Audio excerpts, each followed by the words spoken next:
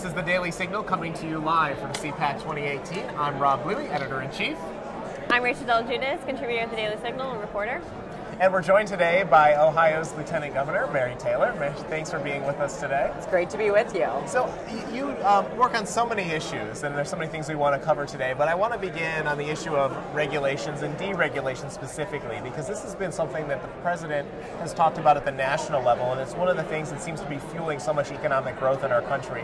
What have you been doing in Ohio, and how has that impacted your economy? So you are absolutely right that the deregulation is as powerful as cutting taxes, I believe. And when you talk to business owners, they are, when they're overburdened with regulations, it's just as impactful as high taxes. So what we've done in Ohio, first in the country and maybe the only state doing this, I lead an initiative called Common Sense Initiative, CSI.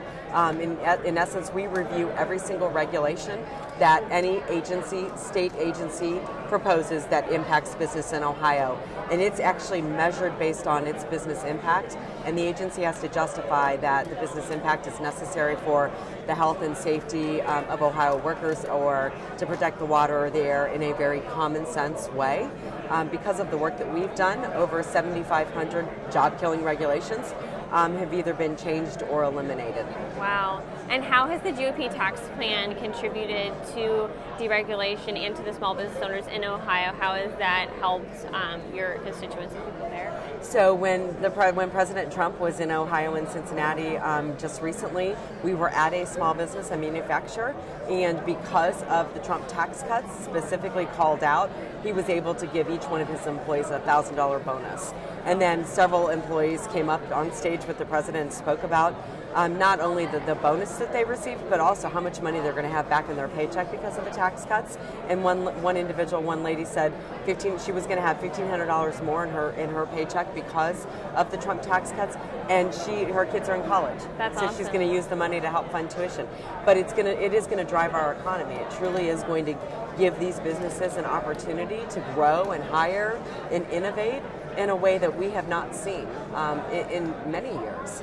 And so many of those personal stories are touching and moving, and I think it's really helped change the perception about the tax cuts, which started off somewhat unpopular. Definitely. Probably because the Democrats and the media were attacking them so aggressively. But Yes. yeah, it's really started to change. One of the other issues that Congress and the President might tackle this year is welfare reform. I know that's an issue that you're focused on as well.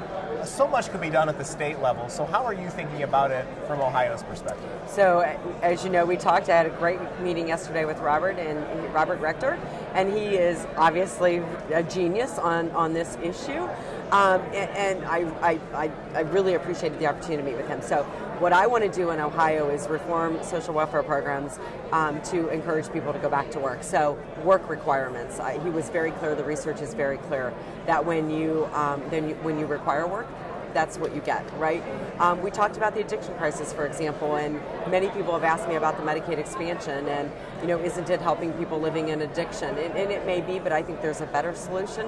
But beyond that, making sure that we're judging these government welfare programs based on outcomes. Today they're funded based on inputs, right? They're based on fee-for-service, and what we really should be focused on, what are we producing? What are the results that we're getting? And so I think that there's an opportunity with food stamps, for example, with TANF dollars as another example, making sure that we are focused on, first of all, marriage. And we know that statistics truly support that instead of, we need to eliminate the marriage penalties and the disincentive that we have in our tax codes, that we have in our welfare programs for people to stay single. Marriage is the best opportunity for individuals, for children, to live and grow up and be happy, healthy, productive individuals. And so I want the opportunity to do that in Ohio. And what's happening in Washington is going to give all states that opportunity. What are you hearing from families in Ohio about Obamacare? I've heard that's still a major issue for people. I think premiums in September rose by 34% for Ohioans. So is that still a priority for Ohio, looking at Obamacare regulations? And what have you seen among your constituents with the hurt that's caused them? So on average, since Obamacare was implemented, premiums have gone up over 110% in Ohio. And you talk about the impact on a family, on the impact on a small business. I talk to more small business owners that say, I want to offer health care, but I can't afford it. And I have been a strong opponent of Obamacare.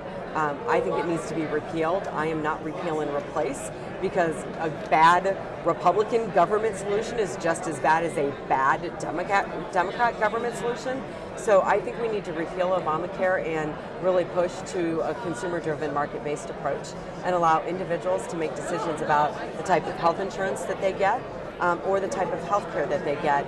And I want to make sure in Ohio that we have a direct care model where individuals can go directly to their doctor outside of insurance. There are really good private market-driven approaches, and Obamacare just shuts all that out.